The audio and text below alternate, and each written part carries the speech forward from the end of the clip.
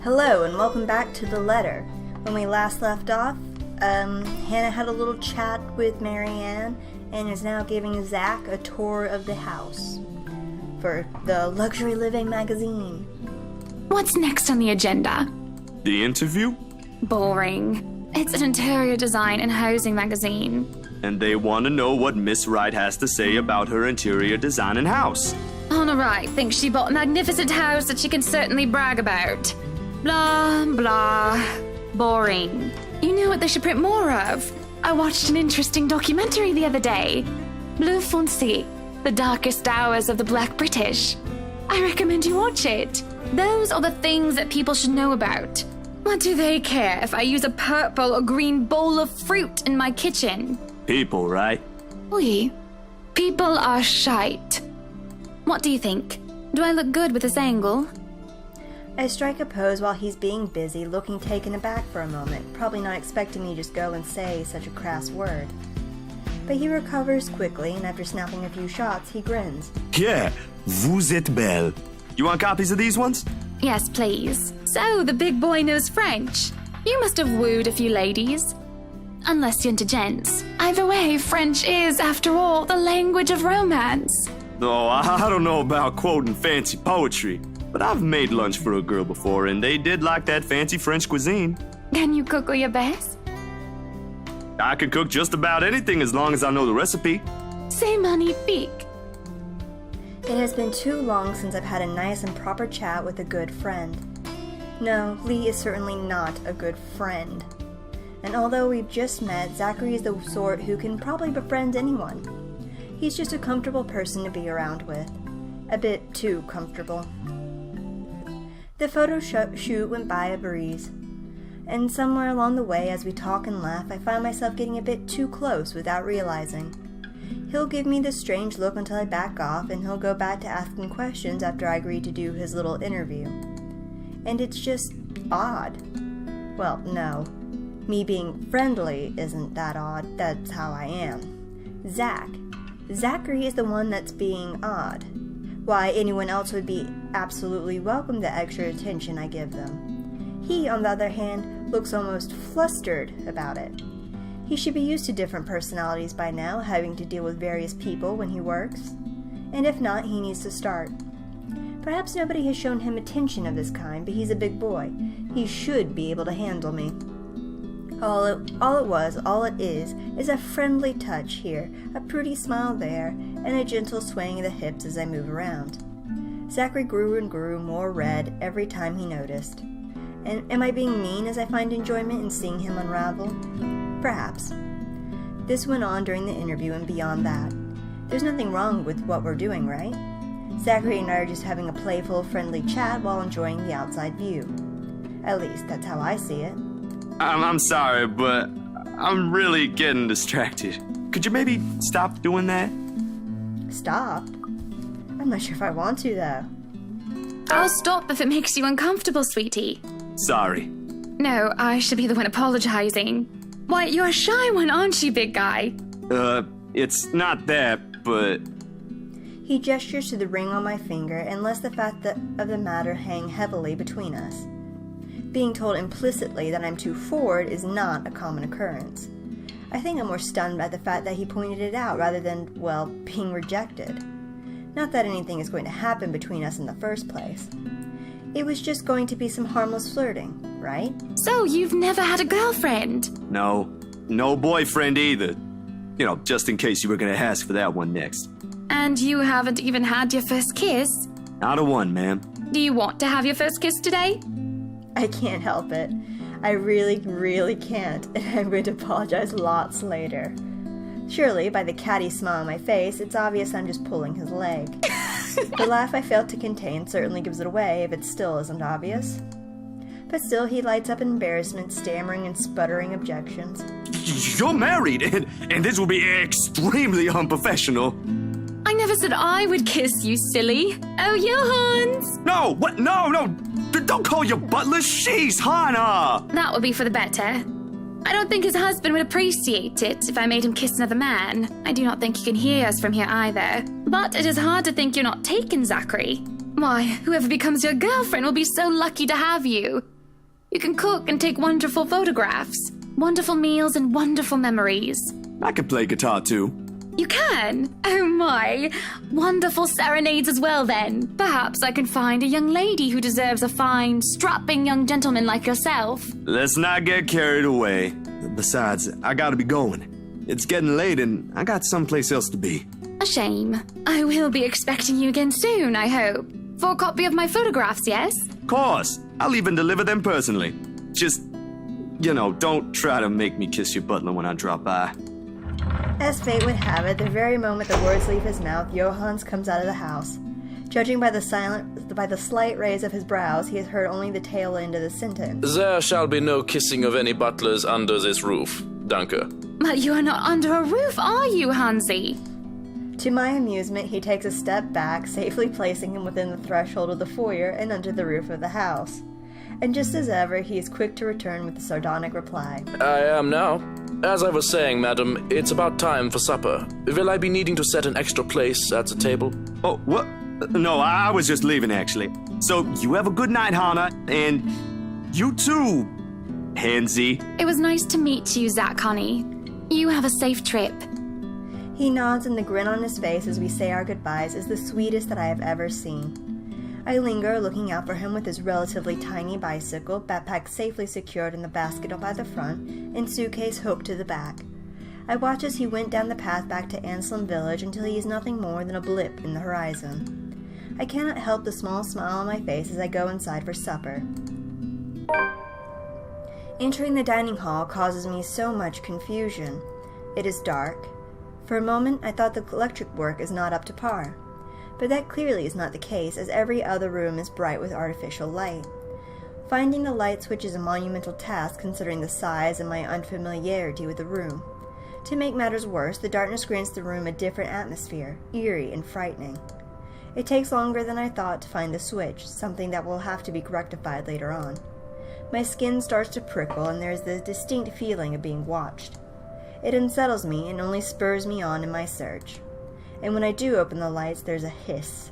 I'll turn the lights down, woman! There, at the end of the hall, is my beloved husband with his face in one hand and a glass in the other. Perhaps I can let it go if it's only one glass of wine. However, I can feel myself go livid after seeing the toxic green liquid gleam mockingly at me. Luke, what? Are you drinking absinthe? You know what the doctor said. Absinthe, Luke. Are you actively trying to kill yourself? Because if you are, we can just hit you with a bloody car. Honeybee, Buttercup, not too loud, please. Besides, it's Lelouch, not too strong. Just hair of the dog that bit me. Helps with the hangover, dearest. You drank? When? This morning, love. Don't be mad. I just needed a few drinks, having to deal with those simpletons.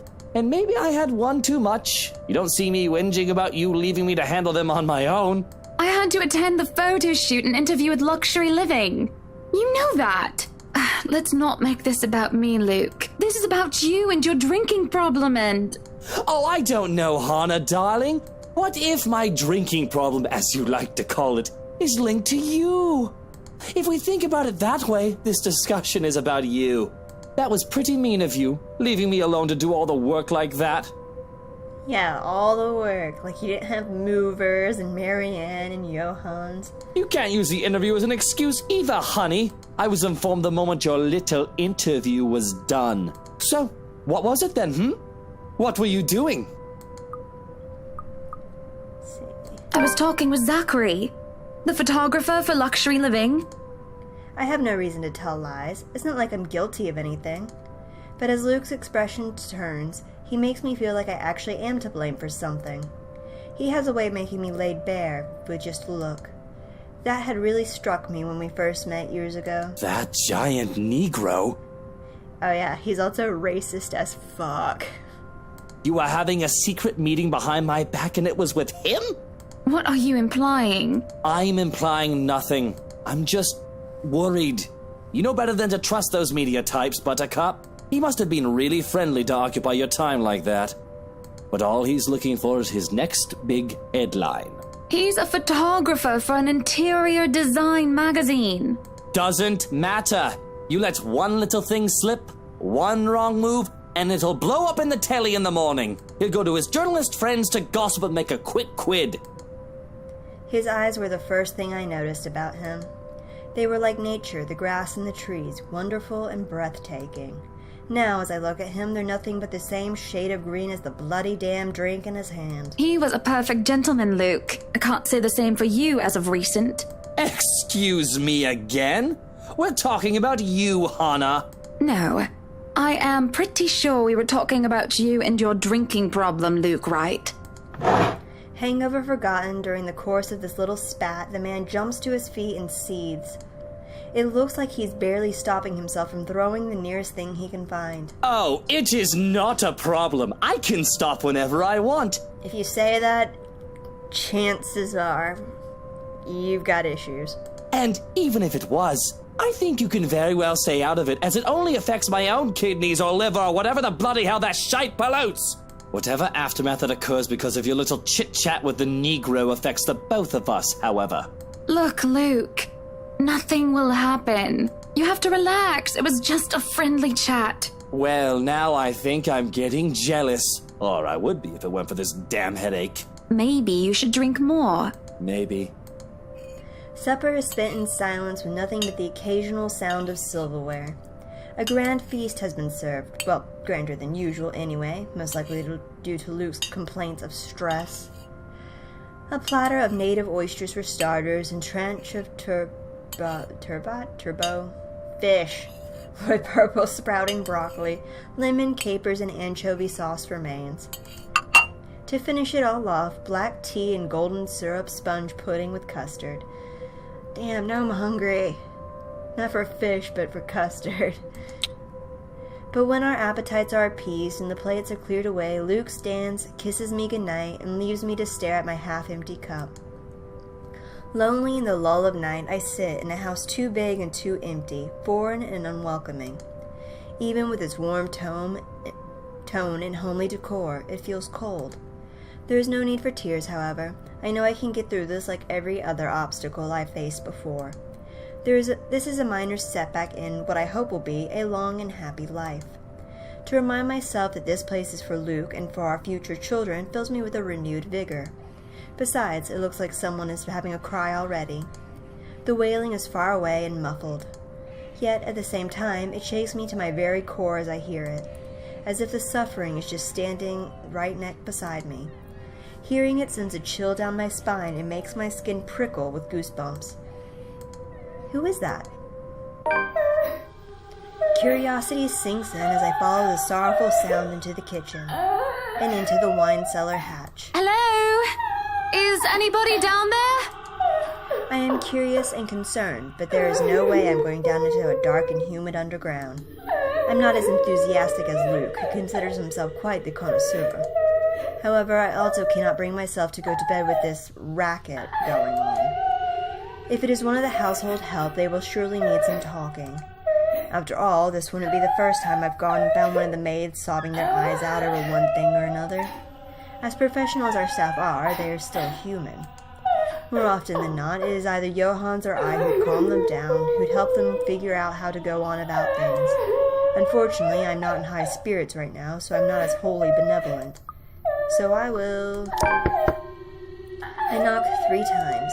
Waiting for any sort of reply yields me no results, and I've already touched the floor hatch far too many times than what I'd like. I take a deep breath before reaching out again to whoever's inside. I've learned from experience that people respond better to kindness than threats. Shouting angrily would not help in coaxing them out. You, in the cellar? Do come out. We don't want Luke waking up and finding you in there, do we? That man would go ballistic thinking someone was trying to steal his precious wine. Still nothing. You can have a good cry. Just not in there, yes? Why don't you come out here and we can have a cuppa and you can tell me all about whatever it is you're bawling about? With how long I'm standing here, however, I'm starting to think myself as a fool. I did not want to acknowledge the other feeling I have, especially as the wailing took an eerie turn. The thought of being played with didn't sit too well with me, and I had to stop myself from getting too hot-headed as I try one more time. Now you come out of there! That is an order from the lady of the house, do you hear me? Why, I ought to... I freeze as a hand clamps down on my shoulder. The dread I've been feeling all this time makes itself known as I kneel, unmoving, not even daring to breathe. I can feel my heart pounding against my chest, but the touch is gone as quickly as it had seized me.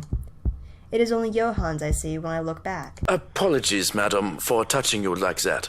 You were not responding to my voice, and you looked about ready to wake the whole mansion up. I'm sorry. I was getting rather loud, wasn't I? But that crying woman in there, we must do something about her. He grows silent for a moment and just looks concerned. At least I'd like to interpret it as concern, given how stoic our head butler usually is. Or rather, it must have been concern, as he takes off a glove and presses the back of his hand at my forehead before his worrisome inquiry. I beg your pardon. What crying woman? Are you feeling well, madam? In the cellar. Can't you hear her? Madam, Hannah, no one is down there. You know you've concerned him when he uses your first name. What? The cellar is locked. Only Luke and I have duplicates of the keys. Nobody is down there.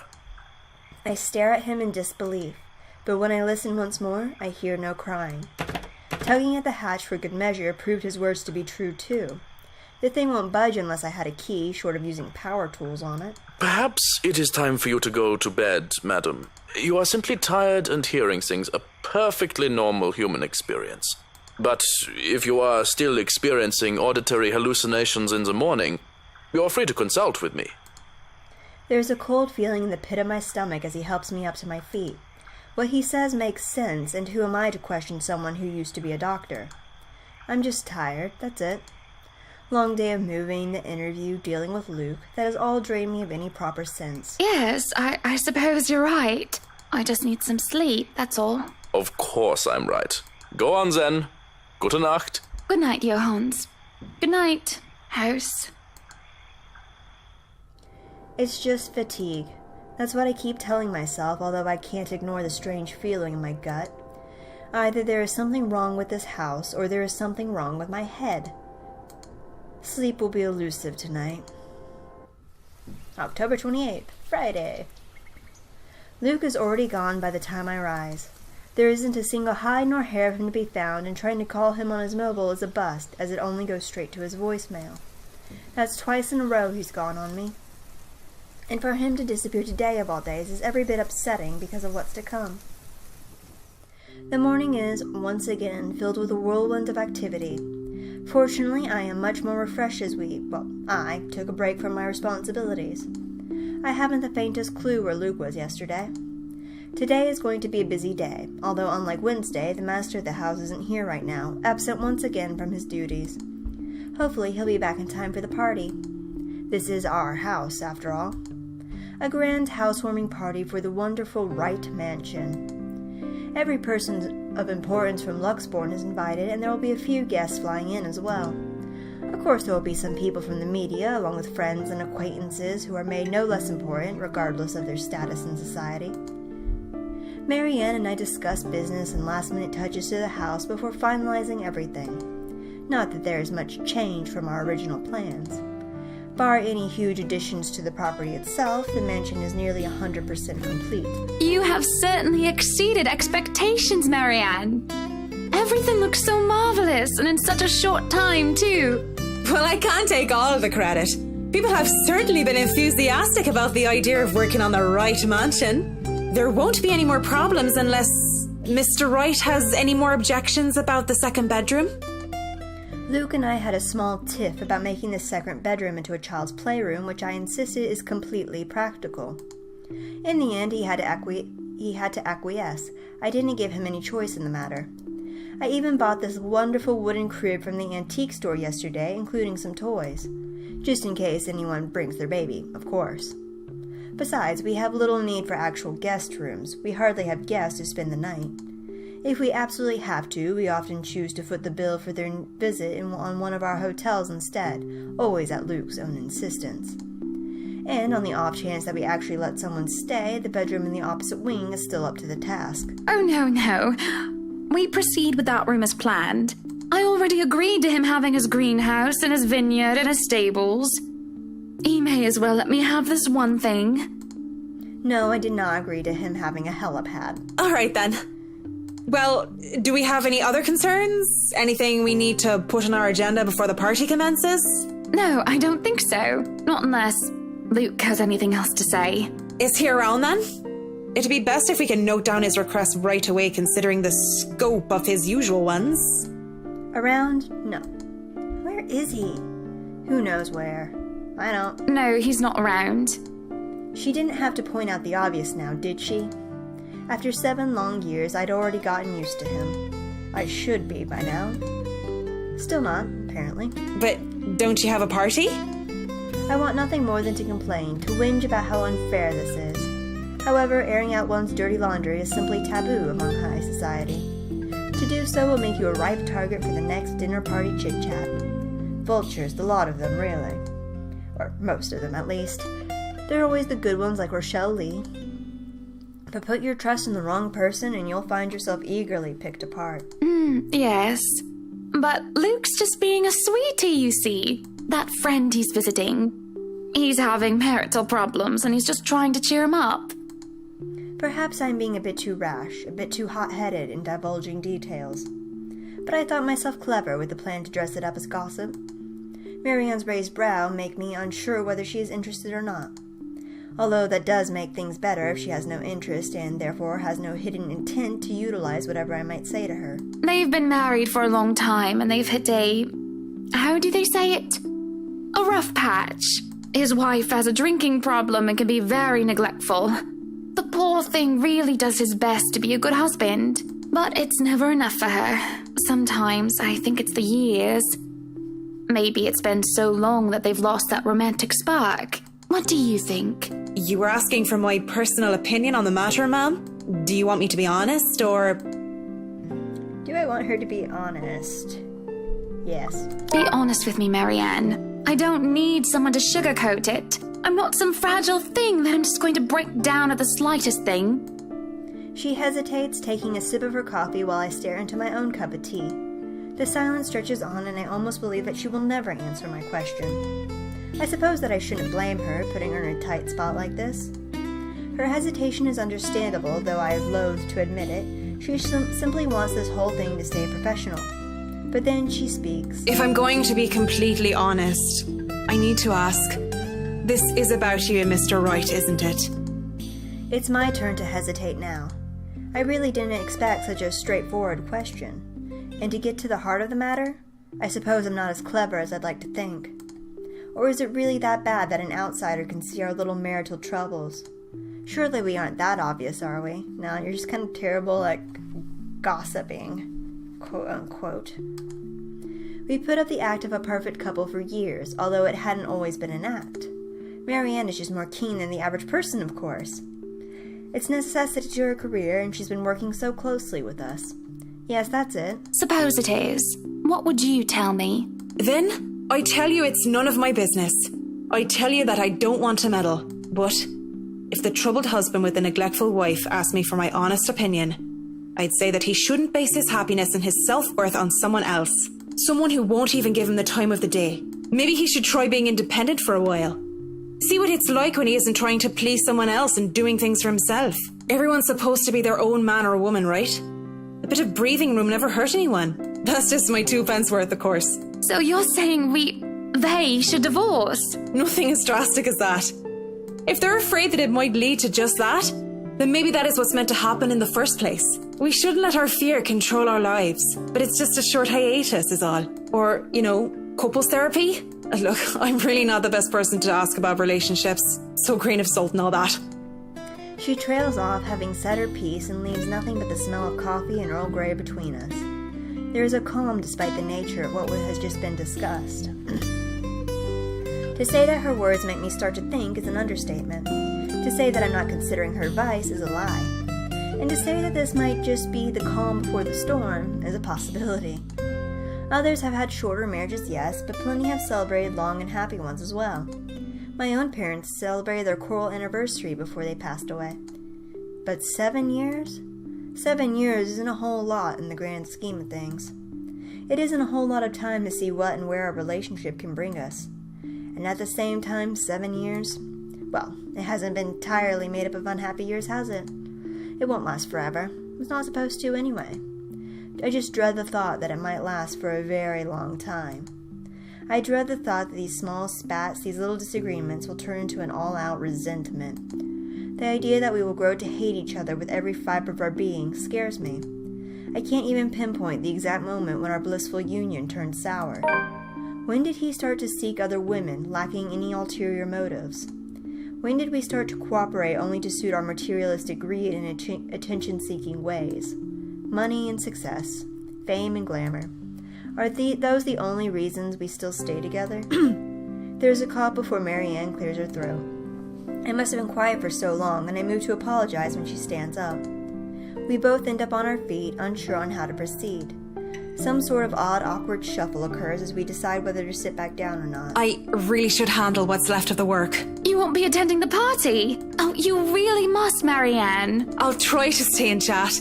Maybe grab a few bites and a drink, but I can't be around for the entirety of the event. My apologies. Busy, busy, busy. You must stay a while. I'd love for you to meet some of my friends, and they're ever so excited to meet you. You need to say hello to the Lees, at least. If it wasn't for them, I'd never even heard of you. We'll see. So, if I can be excused? Certainly. You'll have to excuse me as well. I must attend to the party before any early birds arrive, because, believe me, they will throw a fuss if things aren't ready, even when they're not supposed to be here until an hour later. And that'll be it for this episode. Thank you guys so much for watching, and we'll see you next time. Bye-bye.